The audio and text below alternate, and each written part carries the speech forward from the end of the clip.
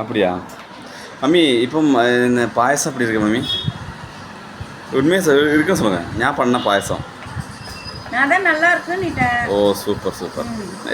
Normally பாயசம் எப்படி நம்ம நாக்கில் நிற்கணும். ஓ அப்படி நாக்கில் உட்காரக்கூடாது. பாயசம்ன்றது இல்லை, எது நம்ம சாப்பிட்டாலும் நாக்கில் டேஸ்ட் இருக்கணும். வீட்டு சாப்பாடு, வீட்டு சாப்பாடு. அதுக்கு என்ன பண்ணணும்? வீட்டில் வந்து நல்லா சமைக்கணும், நல்ல மனசு கொடுத்து சமைக்கணும், லவ் பண்ணி சமைக்கணும். சும்மா இப்போ என்னன்னா வெளியே சாப்பிட்றது காரணம் அப்போ அதான்ல. வீட்டில் சாப்பாடு டேஸ்ட் இல்லைன்னா நேராக வெளியில் கடமைக்கு செய்கிறோம். ஐயோ வருவாரு செய்கிறோம். அப்போ என்ன டேஸ்ட்டுக்காக வெளியே போய் சாப்பிடுவோம். அப்படி இல்லை, வீட்டில் பார்த்து பார்த்து லவ் பண்ணி பிள்ளைங்க சாப்பிடணும், புருஷன் சாப்பிடணும், நம்ம பிள்ளைங்க சாப்பிடணும், அப்படி அந்த ஏமில் வந்து நம்ம சாப்பிடணும். நம்ம அப்படி சமைக்கணும். அந்த மாதிரி நினைக்கிறோம் சமைக்கணும். மாமியார் வயசானவங்க, வயசான மாமனார் இருப்பார், நாத்தனார் இருக்கும். இந்த மாதிரி அவங்களாம் சாப்பிட்டேன். இந்த மாதிரி நம்ம சாப்பாடு கொடுத்து நம்ம அவங்களுக்கு நாக்கில் நிற்கிற மாதிரி கொடுத்தா எந்த மாமியார் பிரச்சனை சண்டை வராது. எந்த நாத்தனார் போனாலும் வர சொல்லுவாங்க. எப்படா போவோம், நம்ம அண்ணியை போய் எப்போ பார்ப்போம், நம்ம தம்பி பொண்டாட்டி போய் எப்போ பார்ப்போம், அந்த ஒரு ஃபீல் வரணும்னாக்கா ஃபுட்டு தான். ஃபுட்டில் மயக்கணும். பணமும் கிடையாது, நகை கிடையாது, சொத்து கிடையாது, சுகம் கிடையாது. ஃபுட்டில் தான் மயக்கணும். நம்ம கை வசத்தை சாப்பாட்டில் காமிக்கணும். அந்த மாதிரி கொடுத்து அவங்கள உட்கார வச்சு போட்டு பாருங்கள். அடுத்த வாரம் எப்போ வரும்? ஞாயிற்றுக்கிழமை போகலாம், அண்ணா வீட்டுக்கு போகணும். அண்ணா வீட்டுக்கு போகணும், அண்ணி சாப்பாடு சூப்பராக இருக்குது, தம்பி பொண்டாட்டியா தம்பி பொண்டாட்டி, அந்த ஒரு ஃபீல் வரணும். ஆனால் இப்போ அப்படி கிடையாது. அப்படி ஒரு ஃபீல் வரணும். நான்லாம் பாருங்கள், இது கொடுத்து எவ்வளோ நேரம், என் பையன் ஒரு செகண்டில் குடிச்சு முடிச்சிட்டான். நான் ரசிச்சு குடிக்கிறவன். இதே ஹோட்டல் ஃபுட்டானா வாயில் வச்சு பார்க்க பிடிக்கலன்னா எடுத்து வச்சிடும். நம்ம வீட்டு ஃபுட்டு நான் எப்பவுமே இல்லை, எனக்கு என்னன்னா ஞானே பண்ணதுனால எனக்கு நான் கொஞ்சம் டேஸ்ட் பண்ணேன், அதனால ஃபாஸ்ட்டாக முடிச்சிட்டேன். நல்லா இருக்கு பாயசம்ல. எனக்கு எவ்வளோ பெரிய கப்பில் ஊற்றி கொடுத்துருக்கான் பாருங்க, தட்டில் ஊற்றிட்டு வந்து கொடுக்குறேன் பாயசத்தை. ஆகும்போது ஃபுல்லாக கரெக்டாக நீட்டாக பண்ணலாம். பாருங்கள், வீட்டில் பாத்திரம் அது மாதிரி எவ்வளோ பாத்திரம் வச்சுருக்கேன் நான். நாக்கில் நிற்கணும்.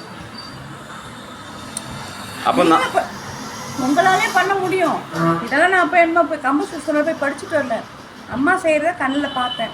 நெக்ஸ்ட்டு செய்ய சொல்லுவாங்க, அதே மாதிரி ட்ரை பண்ணி எனக்கு வருது. அவ்வளோதான். எங்கள் ஹோட்டல் கந்தால பாதி சமையல் ஹோட்டல் கந்தால தான் நான் கற்றுக்கிட்டேன். ஹிந்திக்காரங்க செய்வாங்க. நாங்கள் வந்து ஹவுஸ் கீப்பிங் வேலைக்கு போனேன்.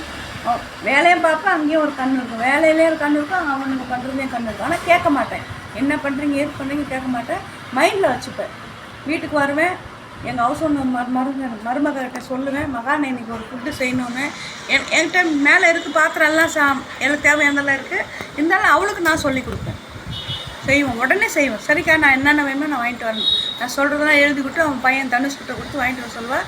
வீட்டிலே நின்று ரெடி பண்ணுவேன், கரெக்டாக வந்துடும். எனக்கு பீஸாலாம் நான் அப்படி தான் கற்றுக்கிட்டேன். நான் எல்லாம் தெரியும். பீஸா வந்து டோமினோஸ்ல கற்றுக்கிட்டேன். அங்கே வேலைக்கு போவேன். அங்கே வேலைக்கு போவேன். அப்போ காய்ஸ் இதான மம்மின்ற லைஃப். நான் ஃபுல்லுமே வேலை. நான் வீட்லேயே இருக்க மாட்டேன். எனக்கு வந்து சம்பாதிக்கணும், உடம்பு நல்லா இருக்கணும். நான் அப்படி ஓடி ஓடி கஷ்டப்படுறேன். எனக்கு சுகர் கிடையாது, ப்ரெஷர் கிடையாது, எவ்வளோ சாப்பிடலாம்னு பிரச்சனை இல்லை. எனக்கு என்ன எத்தனை 12 மணிக்கு எழுப்பி கொடுத்தாலும் நான் சாப்பிட்டு படுத்துவேன், ஜீரணம் ஆகிடும். எல்லாருமே நைட்டில் கீரை சாப்பிட மாட்டேங்க, எல்லாருக்குமே இந்த நாட்டில்.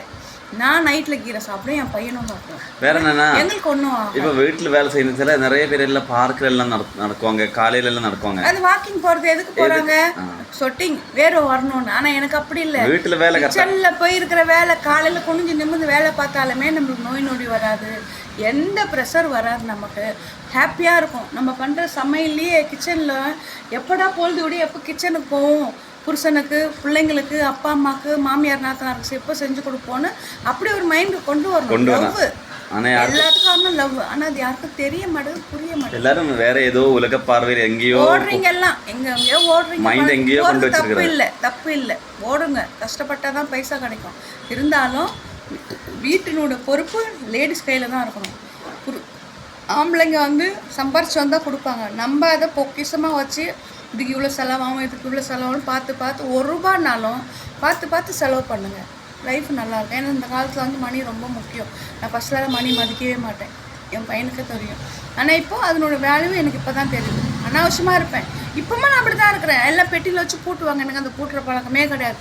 எங்கே நினச்சாலும் எனக்கு காசு இருக்கும். எங்கள் ஃப்ரெண்டுங்க சொல்லுவாளுங்க, ஜாய்சக்கா வீட்டில் போய் வீடு க்ளீன் பண்ணாலும் குறைஞ்சது ஒரு 5000 ரூபாய்னா எடுக்கலான்னு. அந்த மாதிரி போய் சொல்லலை, உண்மை அதுதான்.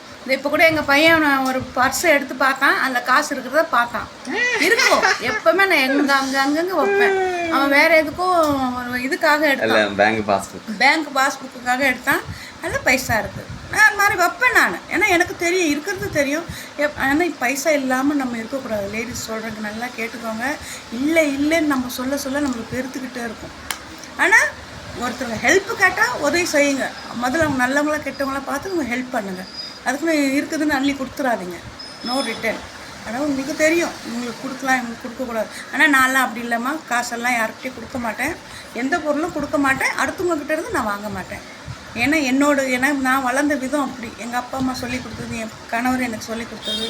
தைரியமாக யாருக்கிட்டையும் அக்கம் பக்கத்துக்கிட்ட பேசக்கூடாது. மெயின் எங்கள் வீட்டுக்காரருக்காக பேசக்கூடாது. பக்கத்தில் வீடு வந்தால் உடனே அங்கே தான் போய் பேசுவோம். ஒன்றும் இல்லை, என் தங்கச்சி அப்படி தான். எத்தனை வீடு மாறி இருக்கா தெரியுமா? இப்போ கூட அந்த வீடு காலி பண்ணி சொல்லிட்டாங்க. நான் இந்த ஊருக்கு செக் போஸ்ட்டில் 47 வருஷம் ஆகுது. 47 வருஷத்தில் ஒரே வீட்டில் 27 வருஷம் இருந்தேன். அந்த வீட்டில் தான் எனக்கு மேரேஜ் ஆச்சு, பசங்க பிறந்தெல்லாம் அங்கே தான். ஆனால் அதுக்கப்புறம் அங்கே ஒரு பிரச்சனையில் நான் அங்கேருந்து காலி பண்ணிட்டேன். பிரச்சனை ஒன்றும் இல்லை, ஒரு மணல் கசப்பு, காலி பண்ணிட்டேன். அங்கேருந்து காலி பண்ணி ஒரு வீடு, அந்த இடத்துல எனக்கு இடம் பத்தலை. அங்கேருந்து இப்போ 2வது வீடு தான். நான் இந்த 47 வருஷத்தில் 2 வீடு தான் மாறி இருக்கிறேன். ஒரு வீடு இப்போ இருக்கிற ஒரு வீடு. என் தங்கச்செல்லாம் 50 வீடுக்கு மாறிட்டான். காரணம் என்ன? ரொம்ப க்ளோஸ். நீ சாப்பிடு, நான் சாப்பிடு, உன் குழம்பு என் குழம்பு, பீச்சுக்கு போகலாம், டி நகர் போகலாம், அங்கே போகலாம். என்ன கூப்பிட்டா கூட நான் போக மாட்டேன். நான் இப்போ வேலை செய்கிற வீட்டில் சொல்ல மாட்டேன். வேலை செய்கிற வீட்டில் நகை எடுக்கலான்னு சொல்லிட்டு கூப்பிட்டாங்க. என்னைக்கு அது என்னது அட்சய திதிக்கு நகை எடுக்க கூப்பிட்டாங்க. ஃபோன் பண்ணாங்க. காலையில் முடிச்சுட்டு வந்துட்டேன். அக்கா வாங்கக்கா போயிட்டு வரலாம் கடைக்குன்னு. நான் வரலப்பா. எந்த கடைக்குன்னு கேட்டேன். டி நகர் போகலாம், கார்லேயே போயிட்டு வந்துடலாம். நான் வரல. அந்த மாதிரி போகிறோம். நகை எனக்கு பிடிக்காது மொத்தத்தில். ரொம்ப கம்பல் பண்ணி கூப்பிட்டாங்க. இல்லைப்பா நான் அதுக்கு வரல, அவளை உடனே கட் பண்ணிட்டேன். அந்த மாதிரி நீங்கள் இருந்து பாருங்கள், உங்களை தேடி வருவாங்க ஆளுங்க. நம்ம இருக்கிறது கரெக்டாக இருக்கணும். அதே நேரம் நம்ம மேலே தப்பு இருக்கக்கூடாது. ஏன்னா நம்ம நினச்சிட்டு இருக்கிறோம் நம்மளை யாரும் பார்க்கலன்னு. நம்மளுக்கு மேலே ஒரு கேமரா நம்ம என்ன பண்ணுறோன்னு பார்த்துக்கிட்டே இருக்குது. லைவாக பார்க்குது. பெரிய கேமரா இருக்குது, நம்மளை படைச்ச கேமரா. அதுக்கு பயப்படுங்க. மக்கள் யாரும் அது பார்க்க மாட்டாங்க. செல்லு இருந்தால் போதும். செல்லை பார்த்துட்டே ரோட்டில் போகிறாங்க, முட்டி மோதி கீழே விழுறாங்க. செல்லு. ஆனால் பாதி பேர் கெடுறது செல்லால். எனக்கு நல்லா தெரியும், உங்களுக்கும் தெரியும்.